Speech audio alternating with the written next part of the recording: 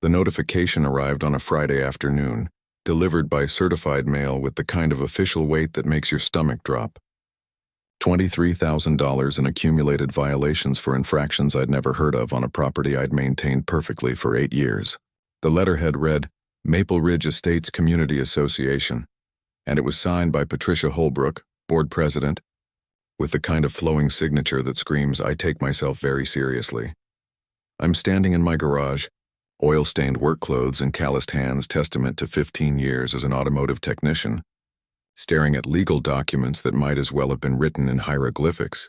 Through my window, I can see Patricia's immaculate Tudor-style fortress across Elm Street, where she's probably watching me through her plantation shutters like some suburban surveillance operative.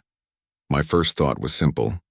Lady, you just picked a fight with someone who rebuilds engines for fun.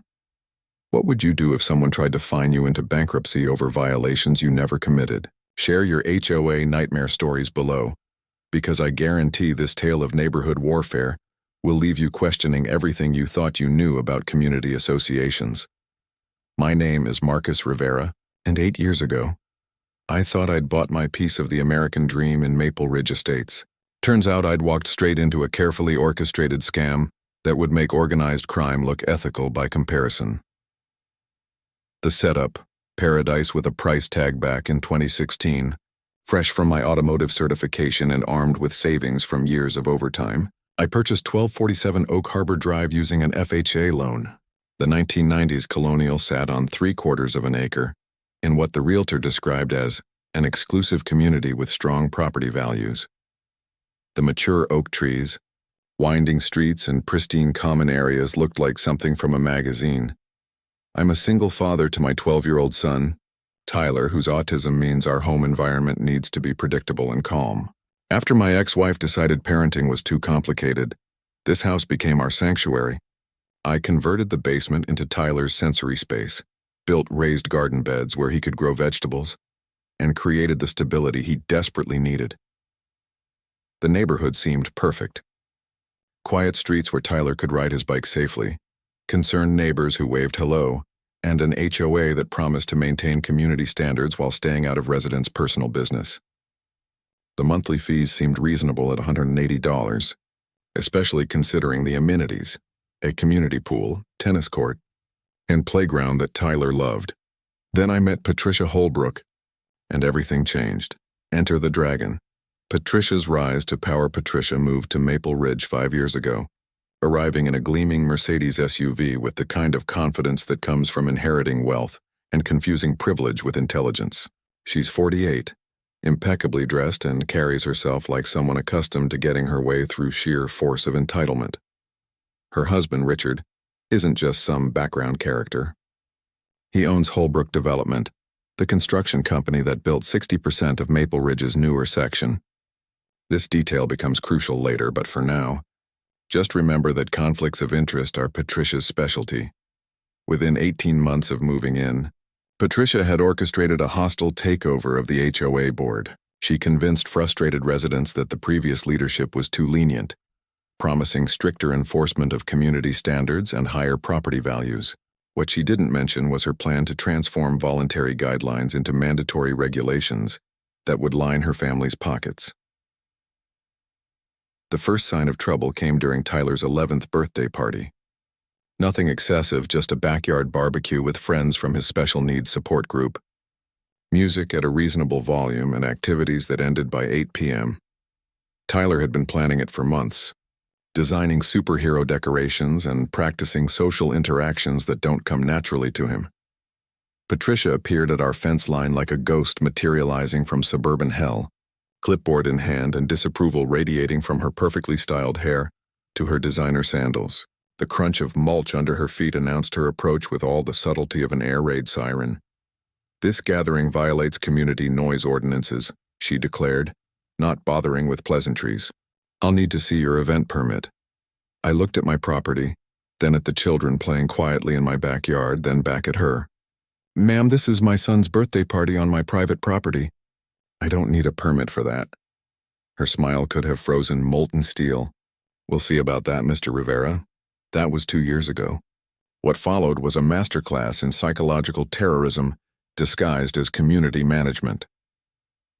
The campaign of harassment begins. Patricia's assault on our family started subtly, the way cancer spreads before you notice the symptoms. First came the friendly reminders about community standards, delivered personally to our door with Patricia's saccharine smile and barely concealed threats. My garden beds, which had been explicitly approved by the previous board, suddenly violated aesthetic consistency guidelines that appeared overnight in the community handbook. The wooden swing set I'd built for Tyler, crafted with more care than most professional installations, was now classified as an unpermitted structure requiring architectural review. The autism-friendly modifications to our landscaping became non-compliant. Vegetation choices that detract from neighborhood appeal. The sensory garden Tyler had designed himself, filled with textured plants and calming colors, was deemed a visual distraction that needed immediate removal. Patricia began timing our daily routines with military precision, appearing at her window whenever Tyler played outside, documenting his stimming behaviors like they were criminal activities. She installed security cameras positioned to monitor our backyard, turning her home into a suburban surveillance station. The psychological pressure was designed to break Tyler's routine, which for an autistic child is like destroying his emotional foundation. Every day brought new scrutiny, new violations, new reasons why our family didn't belong in Patricia's vision of suburban perfection. The violations escalate. The first official violation notice arrived 3 months after Tyler's birthday party, delivered with the ceremonial importance of a royal decree. The document was professionally printed on heavy cardstock that probably cost more than most families spend on school supplies. The infractions read like a property owner's nightmare. Unauthorized landscaping modifications including non-approved plant species and improper bed configurations, unpermitted recreational structures including but not limited to custom swing set and sensory garden elements, failure to maintain lawn uniformity consistent with community aesthetic standards, and unauthorized home-based activities disrupting neighborhood tranquility. Each violation carried a $500 fine with 30 days to comply or face escalated enforcement, including liens against the property and potential foreclosure proceedings. The total demand was $4,000 for maintaining a beautiful yard and giving my son a place to play safely. Tyler found me reading the violation notice at our kitchen table, his routine disrupted by the sight of his father staring at official documents with obvious distress. "Dad, what's wrong?" he asked, his voice carrying that particular anxiety that comes when the predictable world starts cracking. "Nothing you need to worry about." "Buddy," I lied, folding the papers and hoping my smile looked more convincing than it felt. "Just some grown-up paperwork." But Tyler's autism gives him an unusual ability to read emotions and patterns. He knew something was fundamentally wrong with our safe space, and I watched him withdraw into himself as Patricia's harassment campaign intensified. My first response was to research the original HOA covenants, spending evenings at the county courthouse digging through records that smelled like old paper and forgotten justice. The original 1989 documents were clear about community standards, but they bore little resemblance to the regulations Patricia was now enforcing. The authentic covenants focused on basic property maintenance and prohibited obvious nuisances like junk cars or excessive noise. Nothing about plant species approval or architectural review for playground equipment. Patricia had apparently rewritten the rules to suit her personal preferences while claiming authority that never existed. The network of corruption revealed. Investigation into Maple Ridge's governance structure revealed a web of financial manipulation that would make congressional corruption scandals look like minor accounting errors. Patricia hadn't just taken control of the HOA. She'd transformed it into a profit center for her family's business interests. Mrs. Chen, my elderly neighbor who'd lived in Maple Ridge since its founding, invited me over for tea, and the kind of institutional memory that changes legal cases. Her kitchen smelled like jasmine and accumulated wisdom as she laid out the real story behind Patricia's rise to power. "Most suspicious thing," she said, stirring honey into her cup with the deliberate movements of someone who'd outlived 4 HOA presidents. The original community association was volunteer-run and focused on basic maintenance. Then Patricia convinced everyone we needed professional management, which coincidentally required hiring her husband's company for all construction projects. The pieces assembled themselves like an engine rebuild in reverse. Patricia had systematically eliminated board members who questioned her authority, replacing them with new residents who owed their approval to her influence. Richard's construction company had secured exclusive contracts for all community improvements, charging premium prices for work that independent contractors could do for half the cost. But the real revelation came from Mrs. Chen's meticulous record-keeping. She'd been documenting HOA financial irregularities for years, creating an archive that would eventually expose the full scope of Patricia's operation. "Look at these invoices," Mrs. Chen said, spreading documents across her dining table like evidence in a criminal trial. $50,000 for landscape consulting from a company that exists only on paper. $30,000 for security assessments from Richard's cousin. Every project inflated beyond reasonable costs.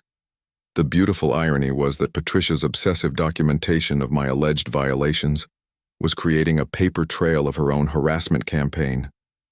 Every violation notice, every threat of legal action, every attempt at intimidation was being preserved for the legal reckoning that was approaching like a storm front.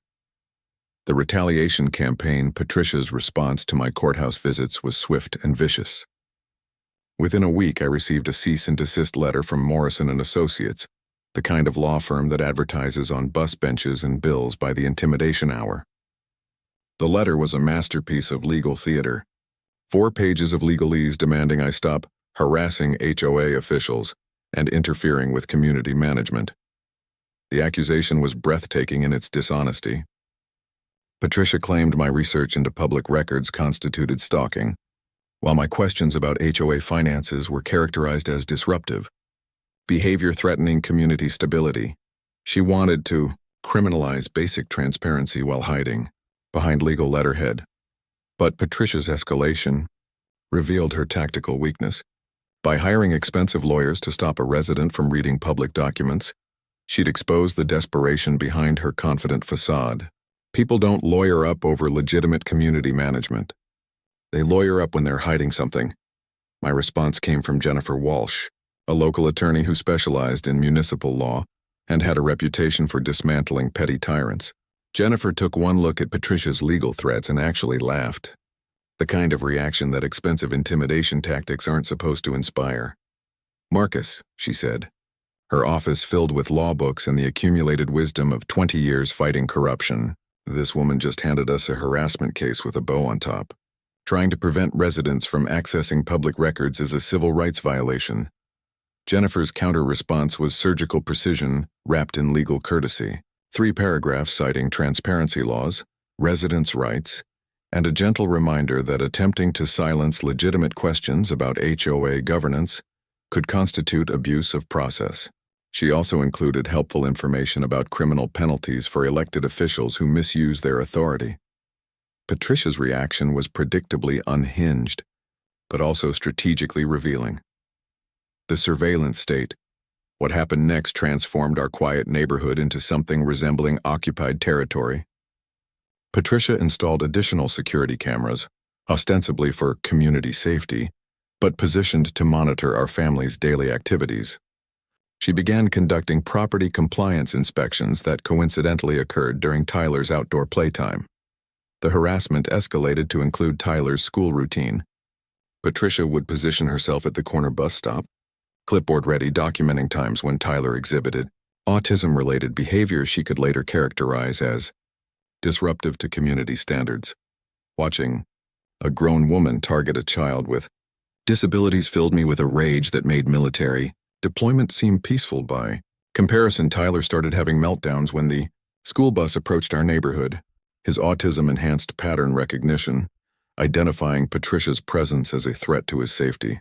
The predictable environment that had taken years to establish was being systematically destroyed by one woman's need to control everyone around her. Anonymous. Complaints to Child Protective Services alleged inadequate supervision of Tyler's outdoor activities, forcing social workers to investigate our family, while Patricia watched from her window like she was directing a surveillance operation. The investigation found nothing because there was nothing to find, but the psychological damage to Tyler was immeasurable. Property damage began escalating beyond psychological warfare into actual sabotage. Someone dumped motor oil across Tyler's sensory garden, killing plants he'd carefully cultivated and destroying months of therapeutic progress. The security cameras I'd installed captured a figure in dark clothing approaching at midnight, but the footage was too grainy for positive identification. My work truck's tires were slashed twice in 1 month, both incidents occurring after I'd attended HOA board meetings to ask questions about financial transparency. The repair costs were manageable, but the message was clear. Questioning Patricia's authority would result in escalating retaliation. Tyler's bicycle disappeared from our garage, despite being locked and secured, only to reappear days later, damaged beyond repair in the community dumpster. The psychological cruelty of targeting a special needs child's possessions revealed the depth of Patricia's malice. Building the resistance, Patricia's harassment campaign had an unintended consequence. It created a network of neighbors who'd experienced similar treatment, but had been too intimidated to speak publicly. The Henderson family approached me at the grocery store, whispering like we were planning a revolution in the frozen food aisle. "She forced us to remove our children's playset," Mrs. Henderson said, her voice carrying the exhaustion of people who'd been ground down by bureaucratic warfare. Claimed it violated sightline requirements that didn't exist until she invented them. Cost us $8,000 in modifications. The Johnson family had been subjected to daily harassment over their vegetable garden, which Patricia deemed inappropriate for a residential community. They'd eventually removed it rather than face escalating legal threats, losing years of soil preparation and Tyler's favorite source of fresh tomatoes. Mrs. Rodriguez shared her story of being fined for having too many cars in her driveway during her daughter's high school graduation party.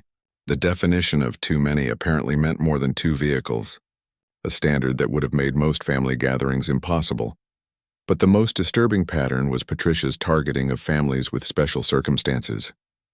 Single parents, elderly residents, families with disabled members, anyone who might struggle with prolonged legal battles, found themselves subject to increasingly aggressive enforcement, while wealthy neighbors with identical violations were mysteriously overlooked. The resistance movement grew organically as more residents realized they weren't alone in facing Patricia's harassment. Mrs. Chen's house became an unofficial headquarters where evidence was compiled, legal strategies discussed, and mutual support provided for families under siege. The financial investigation Jennifer Walsh's deep dive into Maple Ridge's financial records revealed a level of corruption that would make municipal scandals look like minor accounting errors. Using Freedom of Information requests and residents' rights to transparency, we uncovered a systematic looting of community funds that had been ongoing for 3 years. The HOA's checking account showed regular transfers to Holbrook, development for projects that either never occurred or were wildly overpriced compared to market rates. A $40,000 drainage improvement project had resulted in 3 decorative storm drains that any competent contractor could have installed for $8,000. Community pool maintenance was being billed at commercial rates despite the work being performed by Richard's employees as side jobs. The tennis court resurfacing had been charged twice, with invoices showing identical work performed 6 months apart for the same surface. But the smoking gun was discovered in Patricia's personal financial records, which became public during the ethics investigation. She'd been receiving consulting fees from every contractor hired for HOA projects, a kickback scheme that violated both state ethics laws and the community's founding documents. The legal fees for Patricia's harassment campaigns were being paid from HOA funds, meaning residents were unknowingly financing their own persecution. Every violation notice, every threatening letter, every attempted intimidation was being subsidized by the very people Patricia was targeting. Mrs. Chen's meticulous documentation proved that HOA funds had been diverted to pay for Patricia's personal legal battles unrelated to community management, including a property dispute with her own neighbors and a business lawsuit against a competitor to Richard's construction company. The media explosion Sarah Martinez, an investigative reporter for Channel 9 News who specialized in municipal corruption, received our compiled evidence with the enthusiasm of a journalist who'd just found her Pulitzer Prize story. The Maple Ridge scandal had every element that makes for compelling television: financial fraud, abuse of power, targeting of disabled children, and enough documentation to fill a corruption museum. The first story aired on a Thursday evening with the headline, HOA Horror: How One Board President Terrorized an Entire Community. The report featured Patricia's mansion, built with what appeared to be illegally obtained HOA funds, contrasted with families who'd been forced into bankruptcy by her harassment campaigns. Tyler appeared briefly in the story, his courage in speaking about how the harassment had affected his daily life, lending powerful testimony to Patricia's cruelty. Watching my son advocate for himself and other families gave me more pride than any professional achievement ever could. Patricia's attempted damage control was spectacular in its tone-deaf arrogance. She demanded equal time to correct the false narrative, then used her interview to double down on every accusation while providing additional evidence of her abuse of power. These disruptive residents are trying to destroy property values by refusing to maintain community standards, she declared, apparently unaware that she was confessing to targeting specific families for enforcement while ignoring identical violations by others. The social media response was immediate and brutal. The Sharp Maple Ridge scandal hashtag trended locally, as residents shared their own stories of Patricia's harassment. Photos of her mansion compared to the modest homes of families she'd targeted created a visual representation of wealth-based persecution. The legal avalanche. The district attorney's office opened a criminal investigation into HOA fund misappropriation after Jennifer Walsh presented evidence that would make forensic accountants weep with joy. Patricia and Richard faced potential charges including fraud, conspiracy, harassment, and abuse of public trust. The state attorney general launched a parallel investigation into HOA governance violations, with Maple Ridge becoming a case study in how community associations can become vehicles for personal enrichment and neighborhood terrorism. Civil lawsuits began, cascading like dominoes falling in precise sequence. Every family Patricia had harassed filed for damages, attorney fees, and emotional distress. The collective legal action represented over $2 million in potential liability for the HOA and its leadership. Personal lawsuit against Patricia and the HOA sought damages for business interference, harassment of a disabled child, and violations of housing discrimination law. Jennifer's research had uncovered evidence that Patricia's targeting of Tyler constituted disability-based discrimination, a federal civil rights violation that carried serious penalties. But the most satisfying legal development was the forensic audit ordered by the court, which would examine every financial transaction over Patricia's entire tenure as board president. The audit would be conducted by independent accountants with subpoena power and criminal investigation experience. The community uprising. The emergency HOA meeting was held in the community center on a Tuesday evening that would determine whether Maple Ridge remained under Patricia's dictatorship or reclaimed its democratic foundation. The room filled with residents who'd been silent for years, finally ready to speak truth to suburban power. Patricia arrived with Richard and their expensive legal team, apparently believing that lawyer intimidation would work on an entire community. She'd prepared a presentation about property, values, and community standards that would have been impressive if it wasn't built entirely on lies and stolen money. The recall petition had been signed by 87% of eligible residents, a level of community consensus that typically only occurs during natural disasters or foreign invasions. Patricia's support had evaporated, faster than morning dew in August heat. Mrs. Chen presented the financial evidence with the methodical precision of someone who'd been preparing for this moment for 3 years. Every inflated invoice, every kickback payment, every misappropriated dollar was documented with the thoroughness that would make forensic accountants applaud. Tyler's brief testimony about how the harassment had affected his autism management was delivered with a courage that filled the room with protective anger, watching grown adults realize they'd allowed a child to be terrorized for community association politics created a collective shame that transformed into decisive action. The vote to remove Patricia from the board was unanimous except for her own ballot. The motion to pursue criminal charges passed by an overwhelming margin. The decision to hire independent legal counsel to recover stolen funds was approved with enthusiasm that resembled a celebration more than a business meeting. Patricia's final performance was pure theater. She grabbed the microphone, refusing to yield while screaming about ungrateful residents and outside agitators destroying community values. Security officers had to escort her from the building while she shouted threats about getting revenge on every traitorous neighbor. Justice served cold 6 months after Patricia's public meltdown. Justice arrived with the beautiful sound of handcuffs and the satisfying sight of financial assets being seized. Patricia and Richard both pled guilty to multiple felony charges that read like a textbook on white-collar crime: fraud, conspiracy, harassment, and document forgery. Patricia's plea agreement was poetry in legal form: 18 months in prison, full restitution to every family she'd harassed, community service maintaining the very common areas she'd used to justify her theft, and a lifetime ban from serving on any homeowners association board in the state. Richard lost his construction license, faced additional charges for bid rigging, and watched his company collapse as clients fled from the corruption scandal. The construction contracts he'd obtained through Patricia's influence were voided, with the work being rebid through legitimate competitive processes. My settlement with the Joy and Patricia personally was substantial, enough to secure Tyler's future education and provide resources for autism support services. More importantly, the legal precedent established would protect other families from similar harassment campaigns. The neighborhood transformation was remarkable. Under new leadership committed to transparency and actual community service, Maple Ridge became the kind of neighborhood we'd originally thought we were joining. Monthly meetings focused on genuine improvements rather than persecution campaigns. Tyler's confidence returned as the constant surveillance and harassment ended. His sensory garden was rebuilt with community volunteers, creating a space that other special needs families could enjoy. The playground equipment was updated with autism-friendly features that made it accessible for all children.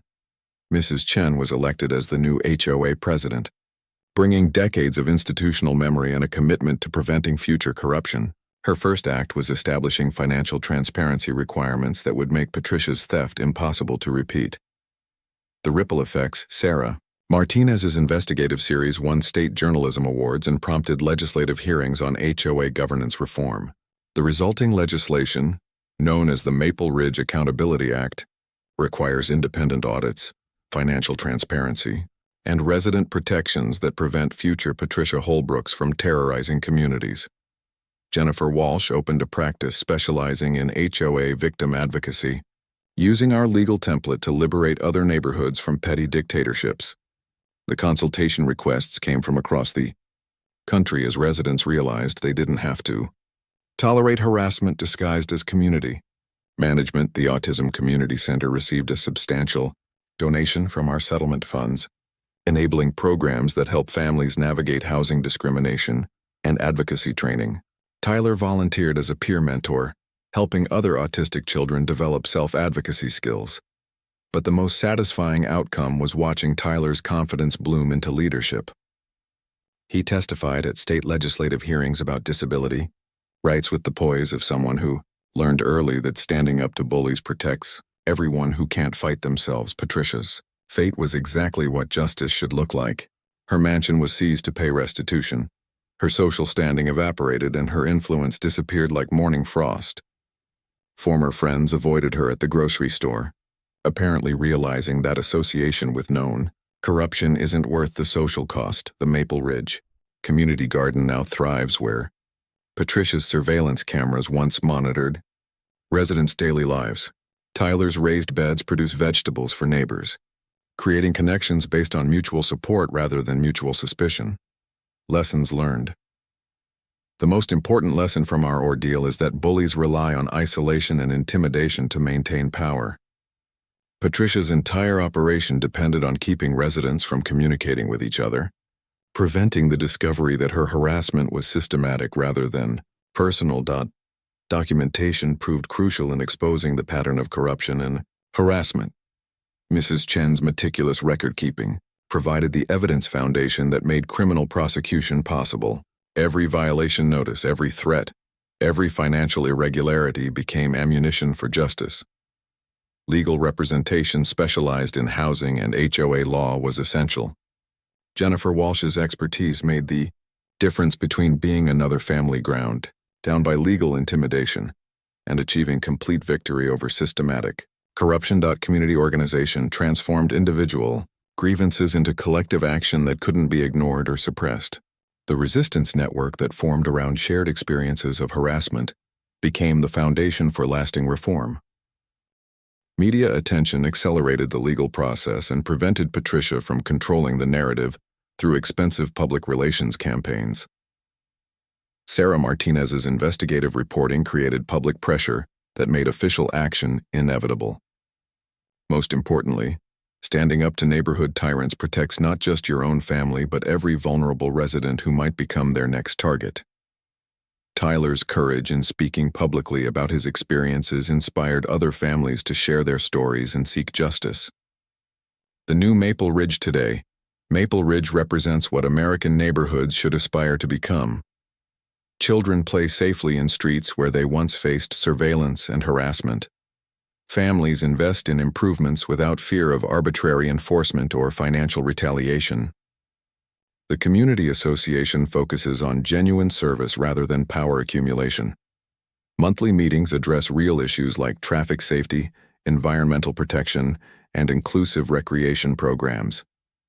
Financial transparency ensures that residents know exactly how their dues are being used. Tyler graduated middle school with honors and confidence that would have been impossible under Patricia's regime. He advocates for autism acceptance at the high school level, teaching classmates that neurological differences are variations to celebrate rather than problems to solve. The annual Maple Ridge Unity Festival brings together families from across the city to celebrate communities built on cooperation rather than control. Mrs. Chen's opening ceremony speech always includes the reminder that democracy requires participation, vigilance, and the courage to confront corruption wherever it emerges. The aftermath. Deeper revelations. What we discovered in the months following Patricia's conviction was that Maple Ridge wasn't just a single case of HOA corruption, but part of a statewide network of fraudulent community associations that made our neighborhood scandal look like small-scale theft. Jennifer Walsh received calls from attorneys representing families in Oakwood Heights, where residents were fighting identical harassment patterns. The board president there, a woman named Victoria Sterling, had been using the exact same playbook Patricia had perfected. Targeting working-class families, manufacturing violations, and diverting HOA funds to family businesses through inflated contracts.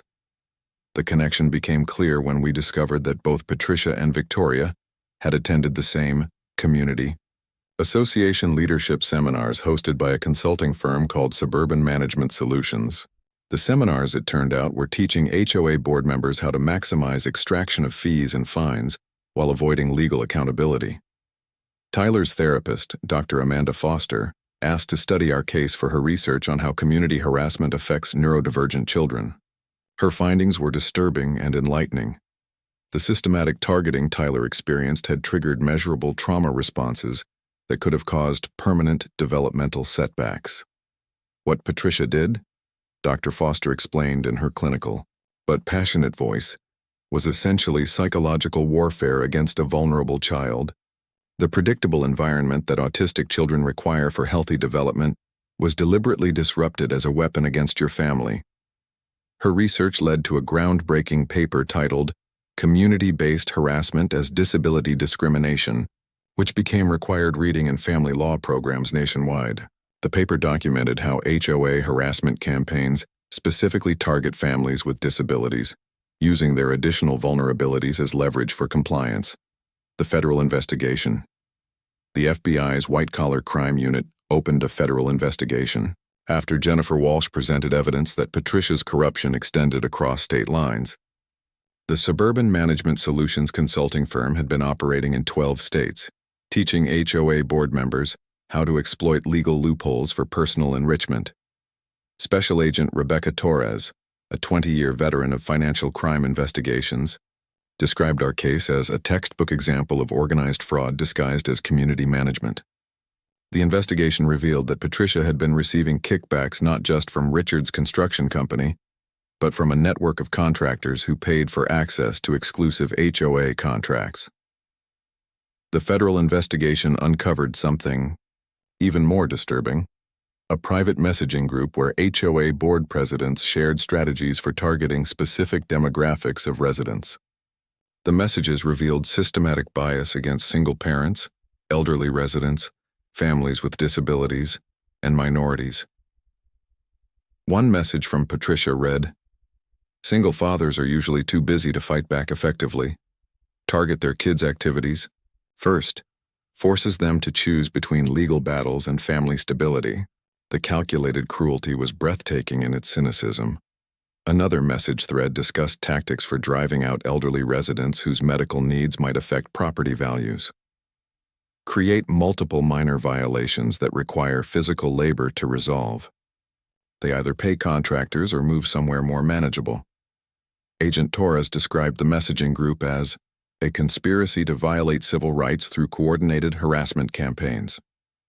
The federal civil rights violations carried potential prison sentences that made Patricia's state charges look like parking tickets. The copycat cases emerged within 6 months of our story going public. Similar cases emerged from communities across 3 states. The pattern was identical. Newly elected HOA board presidents, with connections to local construction companies, systematic harassment of vulnerable families, and fraudulent financial management designed to enrich personal businesses. In Riverside Commons, Board President David Markham had been forcing residents to use his landscaping company for any yard modifications. Families who refused faced escalating violation notices that made compliance impossible without hiring his overpriced services. Willowbrook Gardens featured a board president whose husband owned the only approved roofing company for community standards compliance. Residents needing roof repairs were required to use his services at prices triple the market rate, or face liens for non-compliance with maintenance standards. The Pine Valley case was particularly disturbing. Board President Sarah Coleman had been targeting military families during deployments, knowing that spouses managing households alone couldn't effectively fight legal harassment. 3 families had lost their homes to foreclosure while service members were deployed overseas. Jennifer Walsh organized what became known as the HOA Victims Alliance, a legal network sharing resources and strategies for fighting community association corruption. The alliance provided template legal documents, expert witness lists, and coordination with media outlets willing to expose suburban fraud. Mrs. Chen became a national spokesperson for HOA reform, testifying before congressional committees about the need for federal oversight of community associations. Her age and obvious respectability made her an unimpeachable witness to the systematic abuse she'd documented for years. Tyler's advocacy. Evolution. Tyler's recovery from the harassment campaign became a journey of transformation that inspired families facing similar challenges. His autism, which Patricia had tried to weaponize against our family, became a source of strength for community advocacy. His high school senior project focused on creating autism-friendly community spaces, designing neighborhood modifications that benefit neurodivergent residents while enhancing the environment for everyone. The project caught the attention of urban planning programs at 3 universities, leading to scholarship offers for architectural design studies. Tyler's public speaking improved dramatically as he shared our story at disability rights conferences. His unique perspective on community inclusion resonated with audiences who'd never considered how HOA policies could constitute disability discrimination. Autism means I notice patterns that other people miss, Tyler explained during his keynote speech at the National Disability Rights Convention. I could see that Mrs. Holbrook's harassment followed specific rules designed to break families like ours. But patterns can be predicted and stopped if people understand how they work. His advocacy work attracted attention from the Department of Housing and Urban Development, which invited him to consult on guidelines for inclusive community design. At 19, Tyler was advising federal agencies on how to prevent the kind of discrimination we'd experienced. The sensory garden he'd designed as a child became a prototype for similar installations in communities nationwide. Garden design firms, specializing in autism-friendly landscaping, emerged as a growing market, proving that inclusion could be profitable as well as ethical. The legislative revolution. The Maple Ridge Accountability Act became the foundation for comprehensive HOA reform legislation in 8 states.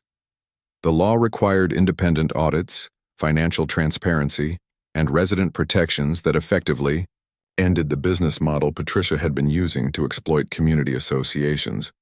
Senator Patricia Williams, no relation to our nemesis, sponsored federal legislation modeled on our state reforms. The Community Association Accountability Act included provisions that would revolutionize HOA governance nationwide. The federal bill required professional certification for HOA board members, similar to requirements for other fiduciary positions. Board presidents would need training in housing law, financial management, and civil rights compliance before taking office. Financial transparency provisions required monthly disclosure of all HOA expenditures, with detailed explanations of any payments exceeding $500. The law effectively ended the practice of using association funds for personal legal battles or inflated contractor payments. Civil rights protections specifically prohibited targeting residents based on disability status, family structure, military service, or other protected characteristics. Violations would carry federal penalties, including personal liability for board members who authorized discriminatory actions. The Whistleblower Protection Section provided legal immunity for residents who reported HOA violations, preventing retaliation against families who challenged board authority. This provision was inspired directly by our experience of escalating harassment for asking legitimate questions. The Academic Impact Dr.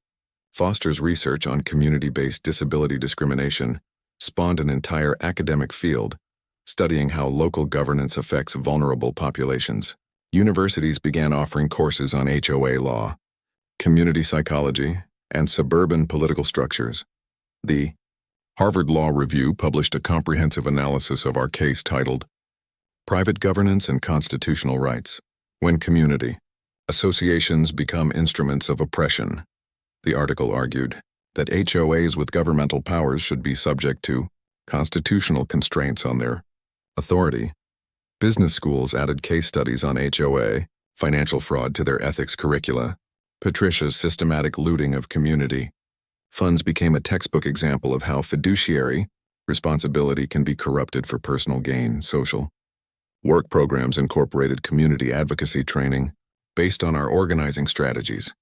The methods we'd used to build neighborhood resistance became standard approaches for empowering communities facing systematic harassment.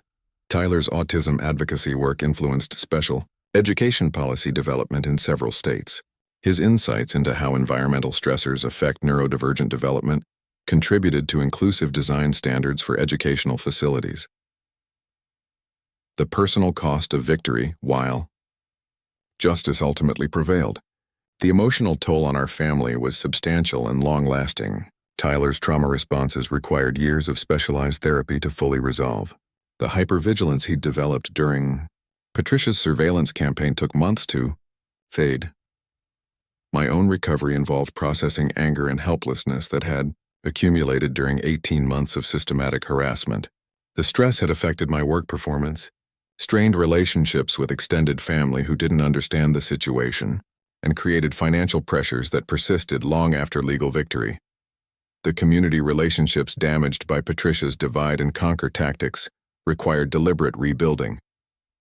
Neighbors who'd been manipulated into supporting her harassment campaign struggled with guilt and embarrassment about their participation in targeting our family. Mrs. Chen suffered health complications she attributed to stress from documenting years of corruption while maintaining the facade of cooperative HOA participation. Her blood pressure medication requirements doubled during the period when she was secretly recording meetings and collecting evidence. The legal process itself was exhausting and invasive. Depositions required reliving traumatic experiences multiple times for different proceedings. Financial disclosure requirements meant sharing private information with attorneys, experts, and court personnel. But the most difficult aspect was explaining to Tyler why adults who were supposed to protect community welfare had instead chosen to target him specifically because of his autism. Understanding malicious intent directed at his neurological differences required therapeutic support that continued through his college years. The broader implications our victory established legal precedents that fundamentally changed HOA governance across the country. Courts began applying constitutional analysis to community association actions, recognizing that private governance over essential housing could violate civil rights. The financial Liability exposure for HOA board. Members increased dramatically as courts held. Individual directors personally responsible for harassment, campaigns, and financial mismanagement. Directors' insurance premiums skyrocketed as insurers recognized the litigation risks of serving on community association boards. Property law evolved to include stronger protections for residents of communities governed by private associations. The traditional deference to HOA authority gave way to judicial scrutiny of whether community rules served legitimate purposes or constituted harassment. Civil rights enforcement agencies began proactively investigating HOA complaints involving protected characteristics. The Department of Justice added community association civil rights violations to their priority enforcement areas. Real estate practices changed to include more thorough disclosure of HOA governance risks. Buyers began demanding independent reviews of community association financial management before purchasing properties and developments with private governance. The national movement, the success of our legal strategy, inspired similar challenges to HOA corruption in dozens of communities nationwide. The template we'd developed became standard practice for attorneys fighting community association fraud and harassment. A national conference on HOA reform convened annually, bringing together legal experts, affected residents, and policy researchers to share strategies and coordinate legislative efforts. The conference grew from 50 attendees the first year to over 800 participants representing 43 states. Media coverage of HOA abuse cases increased dramatically as journalists recognized the widespread nature of community association corruption. Investigative series exposing local HOA fraud became regular features in newspapers and television news programs. The Federal Trade Commission initiated a comprehensive study of HOA financial practices, examining whether community associations should be regulated as financial service providers due to their control over residents, housing equity and maintenance obligations. Consumer protection agencies began treating HOA violations as predatory practices subject to enforcement action. State attorneys' general offices created specialized units for investigating community association fraud and harassment campaigns. The next generation of advocacy. Tyler's advocacy work expanded beyond autism rights to encompass broader community inclusion and democratic governance issues. His unique perspective on systematic discrimination made him an effective spokesperson for multiple vulnerable populations. He founded the Inclusive Communities Project during his sophomore year of college, focusing on training young adults to recognize and resist community-based discrimination. The organization provided resources for college students facing housing discrimination in off-campus communities governed by private associations. The project developed educational materials for high schools, teaching students about housing rights, community governance, and civic engagement. Tyler's presentation skills, honed through years of autism advocacy, made him a compelling educator for teenage audiences. His work caught attention from graduate programs in public policy and urban planning. Multiple universities recruited him for advanced studies combining disability advocacy with community development research. The sensory garden concept he'd pioneered as a child became his master's thesis project, developing inclusive design principles for community spaces that benefit neurodivergent residents while creating gathering places that strengthen neighborhood connections. Mrs. Chen's legacy project. Mrs.